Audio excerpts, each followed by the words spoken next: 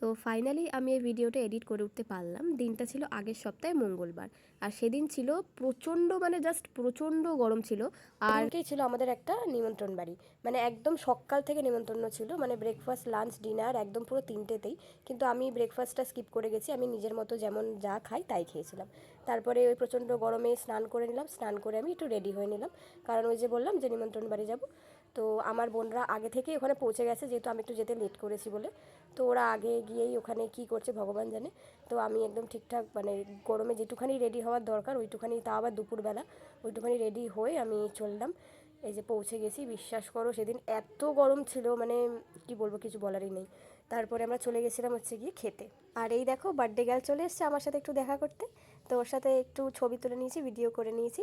তারপরে আমি আমার মতো খেতে বসে পড়েছি। আর এই যে দেখো ঝুরি আলু ভাজা, আমার তো ভীষণ ফেভারিট, আমি 3 বার করে এই আলু ভাজাটা নিয়েছি। আর তোমাদের বলে রাখি, আমার এখন বিভৎস, মানে গলাটা খুবই খারাপ, আর এই জন্য আমার একটু গলার ভয়েসটা অন্যরকম শোনাতে পারে, তো অ্যাডজাস্ট করে নিও তোমরা। তারপরে আমরা খেয়ে দিয়ে চলে গেলাম, এই যে আমার বোনরা। তো আমরা বাড়ি চলে যাচ্ছি এখন, মানে প্রচণ্ডভাবে ঘেমেছি, একেই তো গরম, তার উপরে দুপুরবেলা, মানে বুঝতেই পারছো। তো তবে একটা বিষয় খুবই ভালো ছিল, যে যেই বাড়িতে আমাদের নিমন্ত্রণ ছিল সেই বাড়িটা আমাদের বাড়ির থেকে হেঁটে জাস্ট 3 মিনিট। তো আমাদের কষ্ট হলেও সেই রকম একটা কষ্ট হয়নি। তারপরে বাড়িতে গিয়ে খেয়ে নিলাম আমি আমার ফেভারিট ফলটা। তারপরে বিকেলবেলা চলে গেছিলাম আমি জিমে। তো নর্মালি আমি বাড়ি থেকে ব্ল্যাক কফি খেয়ে আসি, তো মাঝে মাঝে জিমে এসেও খাই। তো আজকে রিজু আমাকে ব্ল্যাক কফিটা বানিয়ে দিয়েছিল। আর সেদিনকে আমি একটু তাড়াতাড়ি জিমে চলে গিয়েছিলাম, একদম বিকেলই, কারণ ওই যে বললাম রাতের বেলা আবার ওই বাড়িতেই যেতে হবে। তো আমি তাড়াতাড়ি গিয়েছি, আর জিমটা ভীষণভাবে ফাঁকা ছিল সেদিনকে। তো আমার ভালোই হয়েছে। আর তারপরে সব কিছু কমপ্লিট করে আমি বাড়ি চলে এসেছি। আর বাড়ি গিয়েও তো শান্তি নেই, কারণ ওটা ভেবেই আমার কীরকম একটা, মানে আতঙ্ক লাগছে যে আবার আমাকে এই গরমের মধ্যে আবার রেডি হতে হবে, আবার ওই বাড়ি যেতে হবে। তো ফেরার সময় আমি একটু ছানা কিনে নিয়ে এসেছিলাম নিজে খাবো বলে, কিন্তু নিজে খাওয়ার তো কোনো উপায় আমি মানে দেখতে পাচ্ছি না, কারণ যে খাবে সে তো বায়না করেই যাচ্ছে। তারপরে এই দেখো, যে যাবে নিমন্ত্রণ বাড়ি তার কোনো ভ্রুক্ষেপ নেই, কিন্তু এই যে আমার ভাই বলছে দে দিদি, আমি তো জামাটা আয়রন করে দিচ্ছি।